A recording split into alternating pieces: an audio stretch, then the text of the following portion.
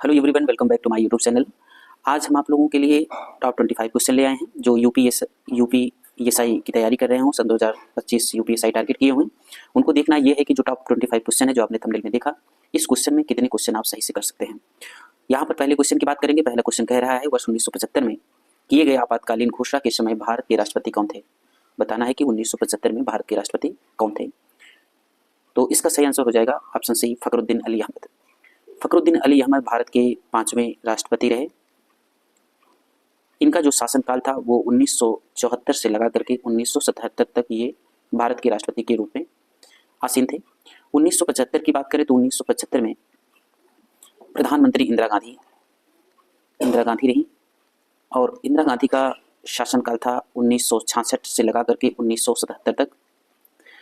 और यहाँ बात किया गया है आपातकालीन की, तो हमें जो इम्पोर्टेंट है उसको देख लेना है। आपातकाल की बात करें तो भारतीय संविधान के भाग 18 में आपातकालीन उपबंध की घोषणा की गई है, तो इसे हमें याद रखना है। भारतीय संविधान के भाग 18 इसमें क्या है, आपातकालीन उपबंध।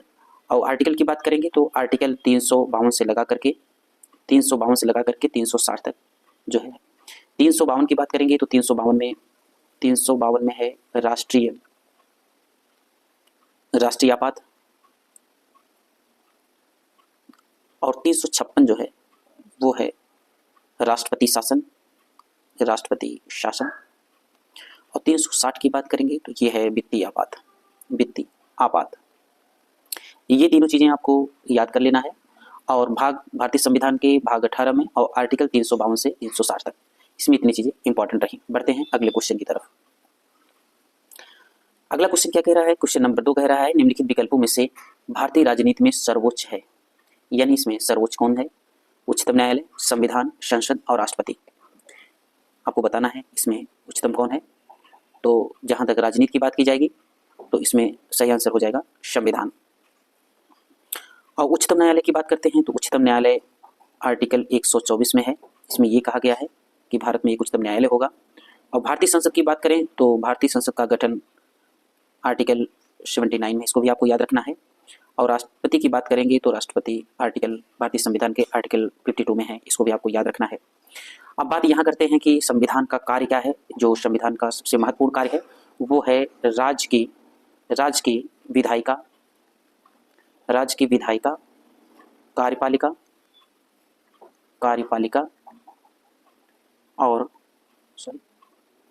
और न्यायपालिका की स्थापना करना।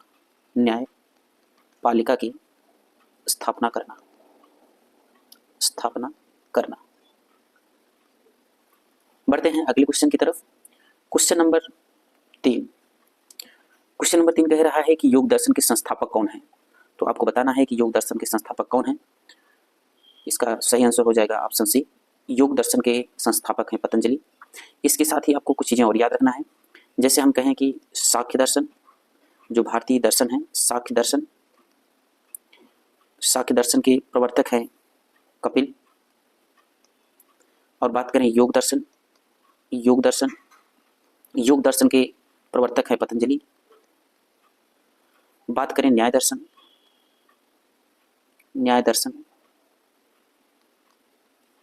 के प्रवर्तक हैं जैमिनी। बात करें वैशेषिक दर्शन की तो वैशेषिक दर्शन के प्रवर्तक हैं कणाद। बात करें वेदांत दर्शन के प्रवर्तक हैं वादरायण। इतनी चीजें आपको इसमें याद रखना है। सांख्य दर्शन कपिल, योग दर्शन पतंजलि, न्याय दर्शन जैमिनी, वैशेषिक दर्शन कणाद और वेदांत दर्शन वादरायण। ठीक है, बढ़ते हैं अगले क्वेश्चन की तरफ। क्वेश्चन नंबर 4 देखेंगे। क्वेश्चन नंबर 4 क्या कह रहा है, प्रसिद्ध चरकुला नृत्य किस स्थान से संबंधित है। ऑप्शन दिया है अवध, बुंदेलखंड, रुहेलखंड और ब्रजभूमि। तो ये ब्रजभूमि नहीं होगी, ब्रजभूमि होगा। तो आपको बताना है। तो इसका सही आंसर हो जाएगा चरकुला नृत्य जो है वो कहाँ पर होता है, ब्रज में होता है।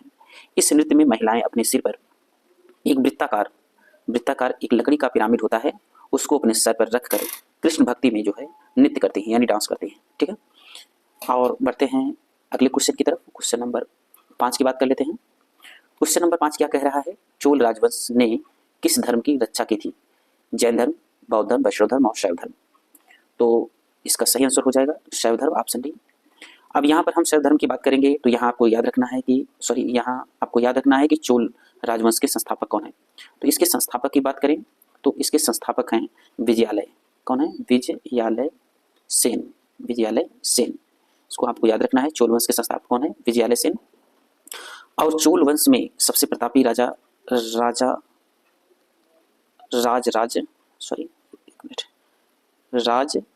राज प्रथम थे। इसका जीता जाता उदाहरण यह है कि इन्होंने तंजौर में, कहाँ पर? तंजौर में राजराजेश्वर नामक शिव मंदिर बनवाया। कहाँ? शिव मंदिर बनवाया। ठीक है, तो कभी कभी क्वेश्चन पूछता है कि तंजौर का शिव मंदिर किसने बनवाया, किस शासकों ने बनवाया? तो उसमें ऑप्शन देता है राष्ट्रकूटों ने, चोलों ने, पालों ने। ऐसे तो उसमें आपको याद रखना है कि ये जो है चोलों ने बनवाया था। चोलों में कौन? राजराज प्रथम ने। आगे बढ़ते हैं अगले क्वेश्चन की तरफ। क्वेश्चन नंबर 6 की बात करें तो क्वेश्चन नंबर 6 क्या कह रहा है? प्रकाशमान। क्या कह रहा है? प्रकाशमान की अंतर्राष्ट्रीय मानक SI इकाई क्या है? इसकी जो मानक इकाई है वो क्या है? तो इसका आपको आंसर बताना है। ऑप्शन में दिया है ल्यूमेन, फिर दिया है लक्स, फिर दिया है कैंडेला और फिर वाट। तो इसका सही आंसर क्या होगा उसको आपको बताना है। इसका सही आंसर हो जाएगा कैंडेला, यानी ऑप्शन सी। अब यहाँ पर कुछ चीज़ें आपको और याद रखना है। जैसे यहाँ वाट जो है ये शक्ति का मात्रक हो जाएगा, और ल्यूमेन की बात होती है ये ज्योति फ्लक्स का मात्रक हो जाएगा। ज्योति फ्लक्स, एक मिनट, ज्योति फ्लक्स। और इसके साथ साथ हमको क्या याद कर लेना है? विद्युत धारा का मात्रक होता है एम्पियर। और बात करें तो यहाँ पर याद कर लेना है उष्मागतिक ताप, इसका मात्रक होता है केल्विन। और देखेंगे तो एक और पूछा जाता है पदार्थ का मात्रक क्या होता है? पदार्थ का मात्रक, तो पदार्थ का मात्रक होता है मोल। क्या होता है? मोल। ठीक है, आगे बढ़ते हैं क्वेश्चन नंबर 7 की तरफ। क्वेश्चन नंबर 7 देखेंगे तो कह रहा है कि निम्नलिखित में से कांस्य के 2 मुख्य घटक कौन से हैं? पहला ऑप्शन दिया है तांबा और टिन, दूसरा ऑप्शन दिया है तांबा और जस्ता, तीसरा दिया है तांबा और एल्युमिनियम, चौथा दिया है तांबा और निकल। इसको आपको बताना है। इसका सही आंसर हो जाएगा तांबा और टिन। क्या हो जाएगा? तांबा और टिन। और यहाँ पर आपको और क्या ध्यान देना है, याद रखना है? जैसे हम कहें कि तांबा प्लस टिन से कांसा, इंपॉर्टेंट है। तांबा प्लस एल्यूमिनियम से बॉक्साइड, तांबा प्लस जस्ता से पीतल। ये 3 चीजें आपको और याद रखना है। आगे बढ़ते हैं क्वेश्चन नंबर 8 की बात करते हैं। क्वेश्चन नंबर 8 क्या कह रहा है कि दूध का पीएच मान क्या है? तो आपको बताना है। यहाँ ऑप्शन दिया है 2.4, 3.8, 6.6 और 8। हम आपको बता दें कि जब विलियम का पीएच मान 7 से कम होता है तो विलियम अम्लीय होता है, और यदि विलियम का पीएच मान 7 से अधिक होता है तो विलियम क्षारीय होता है। तो इसका सही आंसर हो जाएगा 6.6। दूध का पीएच मान जो है वो 6.5 से लगा करके 6.7 तक होता है, तो इसलिए इसका ऑप्शन जो है सी हो जाएगा। जैसे हम बात करें मानव रक्त की अगर हम बात करें तो मानव रक्त का पीएच मान होता है 7.4। अगर कभी पूछा जाए कि मानव रक्त का पीएच मान पूछा जाए तो 7.4 बताना है। और कभी क्वेश्चन ये पूछा जाए कि मानव रक्त अम्लीय है या क्षारीय, तो आपको बताना है। तो हमने बता दिया, यहाँ 7 से ज़्यादा है तो ये हल्का क्षारीय हो जाएगा। और अगर जैसे हम कहें नींबू का पीएच मान होता है 2.2, तो आपको पता है कि नींबू अम्लीय होता है, तो यहाँ 7 से कम है तो इसलिए ये अम्लीय हो जाएगा। कभी कभी क्वेश्चन पूछ लेता है अम्लीय वर्षा का पीएच मान क्या होता है? अम्लीय वर्षा का पीएच मान क्या होता है? इसका होता है 5। और वहीं जल की बात करें तो जल उदासीन होता है, जिसका पीएच मान 7 होता है। ठीक है, जिसका पीएच मान 7 होगा वो उदासीन होगा, ना अम्ल में ना क्षार में। बढ़ते हैं क्वेश्चन नंबर 9 की तरफ। क्वेश्चन नंबर 9 देखेंगे। सबसे पहले तत्वों का वर्गीकरण किसने दिया? ये क्वेश्चन पूछा गया है। यहाँ पर ऑप्शन दिया है लूथर मेयर, न्यूलैंड, मेंडलीव और डोव राइनेर। तो इसमें डोव राइनेर नहीं होना चाहिए, यहाँ डावे राइनर होना चाहिए था। डावे राइनर इनका शुद्ध नाम था, डावे राइनर। ठीक है, इन्होंने, यहाँ पर ऑप्शन डी हो जाएगा, इन्होंने जो है सबसे पहले तत्वों का वर्गीकरण किया था। बढ़ते हैं क्वेश्चन नंबर 10 की तरफ। क्वेश्चन नंबर 10 क्या कह रहा है, खाद्यांश बोधिंश आहार एक कोट्टस जैसा प्राचीन संरचना, यहाँ ऑप्शन दिया है, के लिए निर्मित किया गया था। यानी जो ये संरचना है खाद्यांश बोधिंश कोट्टस, ये अनाज संग्रह के लिए किया गया था या मृदा संरक्षण के लिए या जल संचयन के लिए या वन्यजीव संरक्षण के लिए। आपको बताना है इसका सही आंसर क्या हो जाएगा। इसका सही आंसर हो जाएगा ऑप्शन सी, जल संचयन के लिए। तो जो ये संरचना की गई थी, यहाँ अगर हम खाद्यांश की बात करेंगे, खाद्यांश की बात करेंगे तो खाद्यांश जो है ये किस राज्य में था, तो ये योजना राजस्थान में थी, राजस्थान। और बुंदीश की बात करेंगे, बुंदीश, तो बुंदीश जो है वो मध्य प्रदेश और प्लस यूपी। और आहार की बात करेंगे तो आहार जो है ये हो जाता है बिहार। और वहीं कोट्टम की बात करते हैं तो कोट्टम जो है वो हो जाता है कर्नाटक का। ठीक है, ये संरचना जो है वो जल संरक्षण की संरचनाएं हैं, इसको आपको याद रखना है। कभी क्वेश्चन ऐसे पूछा जा सकता है कि खाद्यांश जो है संरचना वो किस राज्य से संबंधित है, या बुंदीश किस राज्य से संबंधित है, या आहार किस राज्य से संबंधित है, या कोट्टम, तो इसको आपको याद रखना है। बढ़ते हैं अगले क्वेश्चन की तरफ, क्वेश्चन नंबर 11 की तरफ। क्वेश्चन नंबर 11 कह रहा है रामचरितमानस किसने लिखी, तो रामचरितमानस, यहाँ क्वेश्चन थोड़ा ठीक है, यहाँ पर क्वेश्चन की बात करेंगे तो ये रामचरितमानस तुलसीदास की पुस्तक है। तो रामचरितमानस में हमें और कुछ चीजें देख लेना है कि जैसे यहाँ पर बाणभट्ट दिया है, तो बाणभट्ट में बाणभट्ट की पुस्तक जो है सबसे इंपॉर्टेंट है कादम्बरी, कादम्बरी। और कादम्बरी की बात करें तो ये विश्व का पहला उपन्यास है, इसको आप याद कर सकते हैं, ये विश्व का पहला उपन्यास है, पहला उपन्यास माना जाता है। और इनकी दूसरी पुस्तक की बात करेंगे तो दूसरी है हर्षचरित, क्योंकि हर्षवर्धन के शासनकाल में रहते थे, तो इसमें राजा हर्षवर्धन जो है, राजा हर्षवर्धन के बारे में है, राजा हर्षवर्धन। बात करते हैं कालिदास की, तो कालिदास की इंपॉर्टेंट पुस्तकों के नाम की बात करें, इनकी उनकी रचनाएं की बात करें तो इनकी पहले तो हम देखेंगे यहाँ पर अभिज्ञान शाकुंतलम, अभिज्ञान शाकुंतलम। और बात करें तो ये है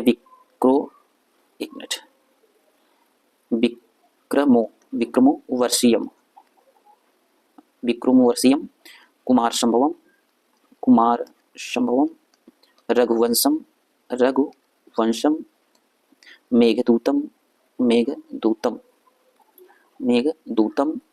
ऋतुसंहारम, और मालविकाग मित्रम।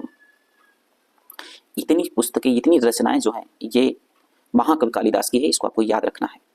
ठीक है, बढ़ते हैं अगले क्वेश्चन की तरफ। क्वेश्चन नंबर 12 की बात करते हैं। क्वेश्चन नंबर 12 क्या कह रहा है, हंटर कमीशन आयोग के द्वारा निम्नलिखित में से किस घटना की जांच के लिए की गई थी। आपको बताना है कि जो हंटर कमीशन था वो चोरी चोरा घटना के लिए लाया गया था, या कानपुर मस्जिद का विध्वंस के लिए, या जलियांवाला बाग हत्याकांड के लिए, या काकोरी ट्रेन एक्शन के लिए। तो इसका सही आंसर हो जाएगा जलियांवाला बाग। अब यहाँ पर जलियांवाला बाग में आपको क्या देखना है कि पहले तो ये देखना है कि जलियांवाला बाग हत्याकांड कब हुआ था, तो इसमें 13 अप्रैल 1919 में जलियांवाला बाग हत्याकांड हुआ था। और इसकी जांच के लिए 14 अक्टूबर 1919 को लॉर्ड विलियम हंटर की अध्यक्षता में लॉर्ड विलियम की अध्यक्षता में, थोड़ा सा इसमें लिखते नहीं बन रहा है, इसको आपको समझना है, अध्यक्षता में एक कमेटी की स्थापना की गई थी। वो कमेटी का नाम था डिसऑर्डर इंक्वायरी, यानी इसको कहते हैं हंटर कमेटी, हंटर कमीशन कहिए, हंटर कमीशन। इस हंटर कमीशन यानी डिसऑर्डर इंक्वायरी कमेटी की गठन की घोषणा करते हैं कौन, लॉर्ड विलियम बेंटिंक। अब इसमें क्वेश्चन पूछता क्या है कि जो हंटर कमीशन गठन की स्थापना हुई थी या घोषणा की गई थी, उसमें कितने भारतीय सदस्य थे, तो आपको याद रखना है उसमें 3 भारतीय सदस्य थे, जिनका नाम था सर चिमनलाल शीतलवाड़, और पहले हो गए। और दूसरे की बात करें तो ये थे सुल्तान अहमद, और तीसरे की बात करेंगे तो वो थे वो कौन, जगत नारायण शासमिल। ये 3 भारतीय सदस्य भी इसमें शामिल थे।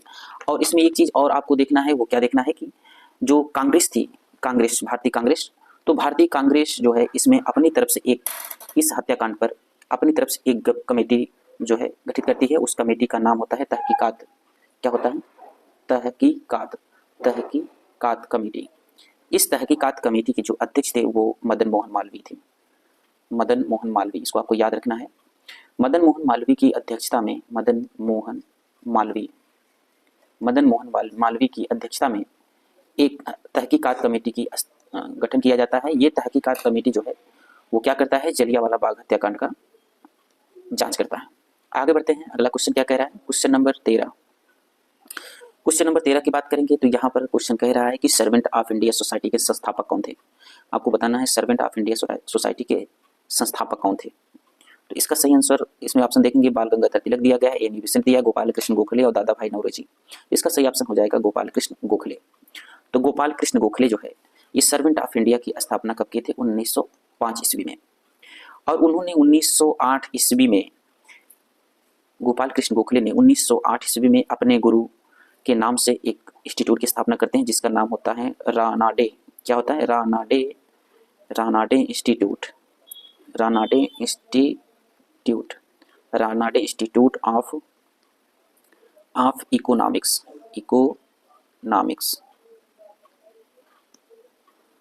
गोपाल कृष्ण गोखले जो है 1908 ईस्वी में रानाडे इंस्टीट्यूट ऑफ इकोनॉमिक्स की स्थापना करते हैं और इन्होंने जो है एक अंग्रेजी में समाचार पत्र जो है प्रकाशित किया था, उसका नाम था द हितावाद। क्या था, द हितावाद। ये अखबार जो है गोपाल कृष्ण गोखले ने प्रकाशित किया था। और गोपाल कृष्ण गोखले जो है वो गांधी जी के गुरु थे। गांधी जी के गुरु गोपाल कृष्ण गोखले और गोपाल कृष्ण गोखले के गुरु का नाम था महादेव गोविंद रानाडे।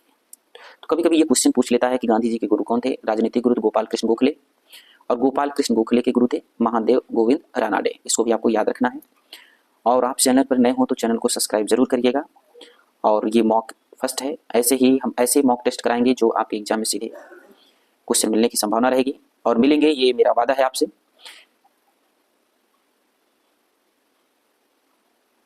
आगे बढ़ते हैं, अगले क्वेश्चन की बात करते हैं। तो अगला क्वेश्चन है, एक मिनट, अगले क्वेश्चन की बात करेंगे तो क्वेश्चन नंबर 14 है। क्वेश्चन नंबर 14 क्या कह रहा है कि भारत के प्रथम स्वाधीनता संग्राम 1857 के दौरान ब्रिटिश गवर्नर जनरल कौन थे। यानी जब 1857 की क्रांति हुई थी उस समय ब्रिटिश जनरल गवर्नर कौन थे, इसको आपको बताना है। ऑप्शन दिया गया है लॉर्ड कर्जन, लॉर्ड कैनिंग, लिख दिया गया, ये कैनिंग है, इसको आपको याद रखना है, कैनिंग, और जेम्स डलहौजी और रिचर्ड मेयो। तो इसमें से आपको बताना है उस समय 1857 में ब्रिटिश गवर्नर जनरल कौन थे, तो वो थे लॉर्ड कैनिंग। अब हमको यहाँ पर और क्या देख लेना है कि जो ये 1857 की क्रांति हुई थी वो कब हुई थी, इसको आपको याद रखना है कि 10 मई 1857 की क्रांति मेरठ से शुरू होती है और धीरे धीरे पूरे भारत में फैलती है। तो इसमें होता क्या है कि ब्रिटिश सांसद जो है इसको एक दर्जा देते हैं जिसे कहते हैं राष्ट्रीय विद्रोह। यानी अगर कभी क्वेश्चन ये पूछा जाए कि 1857 की क्रांति को राष्ट्रीय विद्रोह किसने कहा, तो वो ब्रिटिश सांसद डिजरायली हैं, इन्होंने 1857 क्रांति को राष्ट्रीय विद्रोह कहा था। अब इसमें देखिए कुछ चीज़ें आपको याद रखना है कि जैसे 1857 की क्रांति में पूछता है कि 1857 की क्रांति में दिल्ली से नेतृत्व किसने किया, इलाहाबाद से नेतृत्व कौन किया, मेरठ, आगरा, ये सब पूछता है, इसको आपको याद रखना है। अगर हम दिल्ली से देखें तो दिल्ली की बात करें तो दिल्ली से 1857 की क्रांति का विद्रोह जो है बहादुर सिंह किए थे, इसको आपको याद रखना है, बहादुर सिंह। और ये किसके खिलाफ किए थे, यानी उस समय ईस्ट इंडिया कंपनी की, यानी ब्रिटिश की तरफ से कौन था, इसको भी आपको याद रखना है। क्वेश्चन के ट्रेंड बदल रहे हैं और बदलेंगे भी। तो इनका जो मुकाबला हो रहा था वो हो रहा था निकलसन से। किससे हो रहा था, फिर से लिखेंगे, इसमें थोड़ा सा लिखने में असुविधा हो रही है, इसको आप समझेंगे, निकलसन। और वहीं अगर बात करें कानपुर की, तो कानपुर से नेतृत्व कौन किया था, नाना साहब। कौन किए थे, नाना साहब। अब नाना साहब का जो विरोध था वो किसके प्रति था, तो उनका नाम था कैंपबेल। क्या नाम था, कैंपबेल। आगे बढ़ते हैं, बात करते हैं लखनऊ की। लखनऊ का जो नेतृत्व था वो हो रहा था हजरत बेगम महल। हजरत बेगम महल जो है वो भी मुकाबला कर रही थी कैंपबेल का। आगे देखें, अगर आगे की बात करें तो देख लेते हैं झांसी। झांसी का नेतृत्व कौन कर रही थी? रानी लक्ष्मीबाई। और वो किसका मुकाबला कर रही थी? हीरोज का। ये क्वेश्चन पूछा जा चुका है, इसको भी आपको याद रखना है। ये जितने भी पॉइंट्स हमने आपको इस वीडियो में बताया है, सारे पॉइंट बहुत इंपॉर्टेंट है और इस सारे पॉइंट को आपको जानना बहुत जरूरी है। यदि आप टारगेट एसआई कर रहे हैं तो ये नॉर्मल चीज़ें आपको आनी ही चाहिए।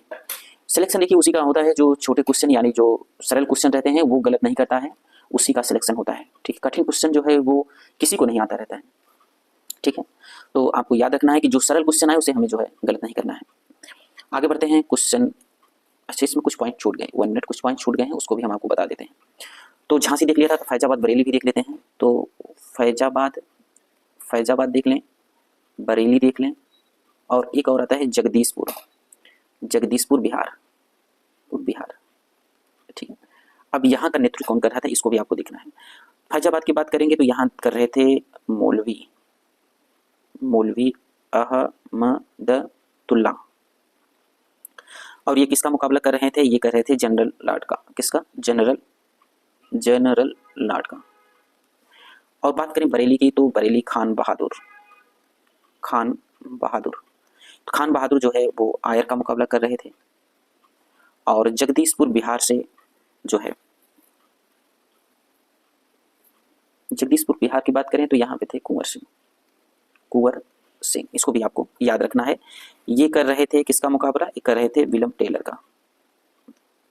बस ये चीजें आपको याद रखना है। आगे बढ़ते हैं अगले क्वेश्चन की तरफ। क्वेश्चन नंबर 15 नंबर क्वेश्चन क्या कह रहा है? भारत की पहली महिला कैबिनेट मंत्री कौन थी? सरोजिनी नायडू, एनी बेसेंट, राजकुमारी अमृत कौर, अरोड़ा आसफ अली। तो आपको बताना है कि इसमें जो है इसका नेतृत्व कौन कर रहा था। तो इसका सही आंसर की बात करें तो इसका सही आंसर हो जाएगा कुमारी अमृत कौर, यानी ऑप्शन सी। अब इनकी बात करें तो इनका जन्म 2 फरवरी 1889 ईस्वी में लखनऊ में होता है। और ये जो है नेहरू सरकार में 1957 में स्वास्थ्य मंत्री चुनी जाती हैं। स्वास्थ्य मंत्री का पदभार संभालती हैं। स्वास्थ्य मंत्री, इनको जो है स्वास्थ्य मंत्रालय जो है संभालने का मौका मिलता है। और इनकी बात करें तो ये 1964 में जो है ये राज्यसभा सांसद भी रही हैं। राज्यसभा सांसद भी रही हैं, इसको भी आपको याद रखना है। और यहाँ पर अगर हम बात करें सरोजिनी नायडू की, तो सरोजिनी नायडू के बारे में आप लोग जानते होंगे, स्वतंत्र भारत की पहली महिला राज्यपाल रही हैं। राज्यपाल, वो भी कहाँ के? अपने उत्तर प्रदेश यानी यूपी की।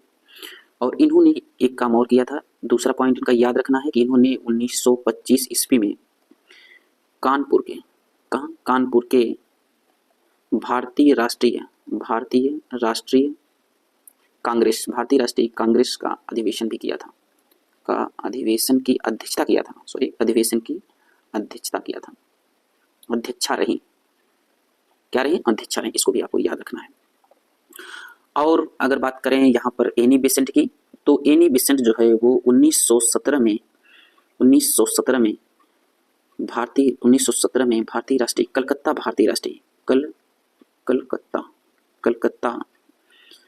में भारतीय राष्ट्रीय कांग्रेस अधिवेशन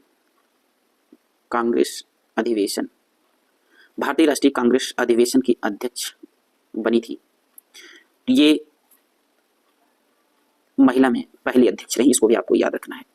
और बात करें अरोड़ा आसिफ अली की, तो 1942 में जो भारत छोड़ो आंदोलन चल रहा था, तो इन्होंने भारतीय राष्ट्रीय ध्वज को जो है फहराया था। तो ये क्वेश्चन कभी कभी पूछा जाता है कि 1942 में भारत छोड़ो आंदोलन के समय कौन ऐसी महिला थी जिन्होंने भारतीय राष्ट्रीय ध्वज फहराया? तो उनका नाम है अरोड़ा आसिफ अली। क्वेश्चन नंबर 16 की बात करते हैं। क्वेश्चन नंबर 16 क्या कह रहा है कि बक्सर का युद्ध किस वर्ष लड़ा गया? 1763, 1764, 1757, 1761। इसको आपको सही आंसर बताना है। तो इसका सही आंसर हो जाएगा 1764 में। 1764 में ईस्ट इंडिया कंपनी की तरफ से नेतृत्व करते हुए हेक्टर मुनरो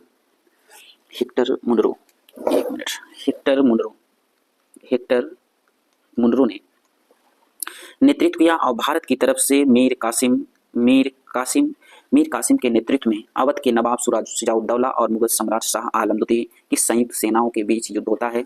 और जो हेक्टर मुनरो हैं इनके नेतृत्व में ये युद्ध जीत लिया जाता है, यानी बक्सर का युद्ध जीत लिया जाता है। और इसी युद्ध के बाद अंग्रेजों का कहा जाता है कि इनका निर्णायक युद्ध यही रहा कि बक्सर के युद्ध जीत लिए जाने के बाद, वैसे तो रॉबर्ट क्लाइव के नेतृत्व में उन्होंने प्लासी का भी युद्ध जीता, लेकिन बक्सर की युद्ध जीत लेने के बाद जो है अंग्रेजों का भारत पर जो है अधिकार, उन्होंने बंगाल पर अपना अधिकार जमा लिया और वहाँ पर अपनी सत्ता चलाने के लिए उन्होंने बहुत सारे रेगुलेटिंग एक्ट लाए, जिससे हमारे संविधान का निर्माण भी होता है। भारतीय संविधान की एक प्रेरणा मिलती है, जिससे हमारे भारतीयों ने भारतीय संविधान का निर्माण भी किया था।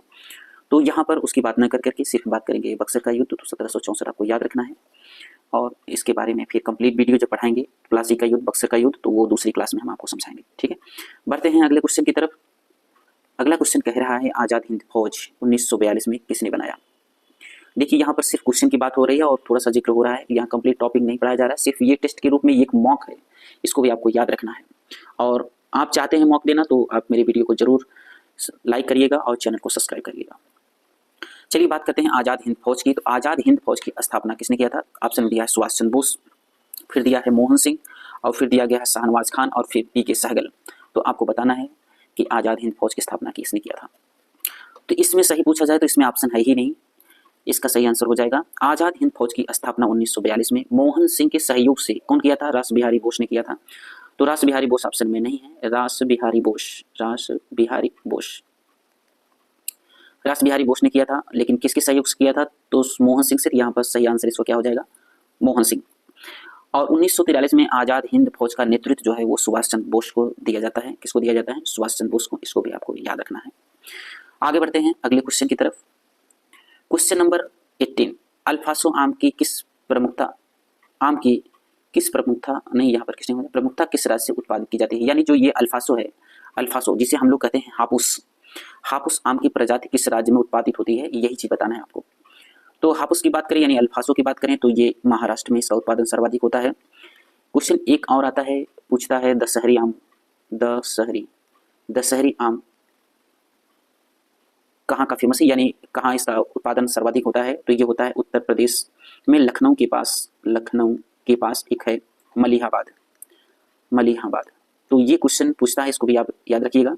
लखनऊ का मलिहाबाद वो दशहरी आम के लिए जाना जाता है, इसको भी आपको याद रखना है। बड़े अच्छे लेवल पर इसका उत्पादन होता है। और उत्तर प्रदेश के एग्जाम में ये क्वेश्चन कई बार पूछा गया है कि मलिहाबाद फेमस है, तो वहाँ आप ऑप्शन मारेंगे आम के लिए। और अगर पूछा जाए दशहरी का उत्पादन सर्वाधिक कहाँ होता है तो मलिहाबाद। बढ़ते हैं अगले क्वेश्चन की तरफ। क्वेश्चन नंबर 19 आपको बताना है किसानों का ग्रामीण क्षेत्रों में ऋण देने का सबसे प्रमुख स्रोत क्या है। यहाँ हमने ये काम किया है कि जो क्वेश्चन है वो क्वेश्चन कोई ऐसा टॉपिक बचा नहीं है कि कोई ऐसा सब्जेक्ट नहीं है कि जिस सब्जेक्ट से क्वेश्चन न उठाया गया हो।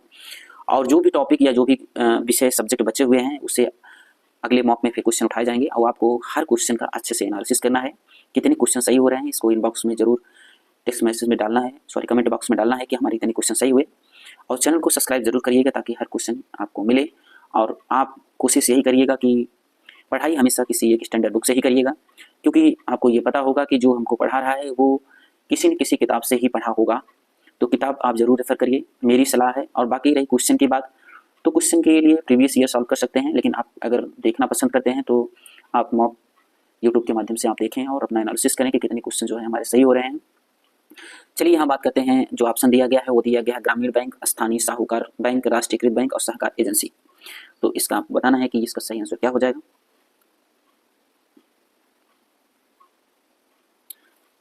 इसका सही आंसर हो जाएगा ऑप्शन सी, सहकारी एजेंसी। अब सहकारी एजेंसी करती क्या है, सहकारी एजेंसी जो है ये एक समिति है जो ग्रामीण क्षेत्रों में जो है ये ऋण देने का एक प्रमुख स्रोत है। इसका उद्देश्य ही है कि छोटे और मध्यम किसानों को संपूर्ण ऋण की आवश्यकताओं को सुविधाजनक बनाना। इसको आपको याद रखना है। और नाबार्ड की बात की जाए तो नाबार्ड तो है ही है, लेकिन अगर नाबार्ड ऑप्शन में नहीं है तो ये आपको क्वेश्चन, ये पूछा हुआ क्वेश्चन है, इसलिए मैंने इस क्वेश्चन को लिया है। बढ़ते हैं अगले क्वेश्चन की तरफ। क्वेश्चन नंबर 20 की बात करेंगे। तो 20 नंबर क्वेश्चन क्या कह रहा है, भारत को कितने जैव भौगोलिक क्षेत्रों में विभाजित किया गया है। तो ऑप्शन दिया है 10, 15, 6 और 20। इसको हमको बताना है कि ये कितने क्षेत्रों में विभाजित किया गया है। इसका सही आंसर की बात करेंगे तो इसका सही आंसर हो जाएगा ऑप्शन ए यानी 10। भारत का जो क्षेत्र है, जो जैव भौगोलिक क्षेत्र है, उसको 10 भागों में विभाजित किया गया है। और आप कोशिश यही करिएगा कि जितने भी 10 के 10 हैं, 10वां भौगोलिक क्षेत्र आप जो हैं उसको याद रखिएगा।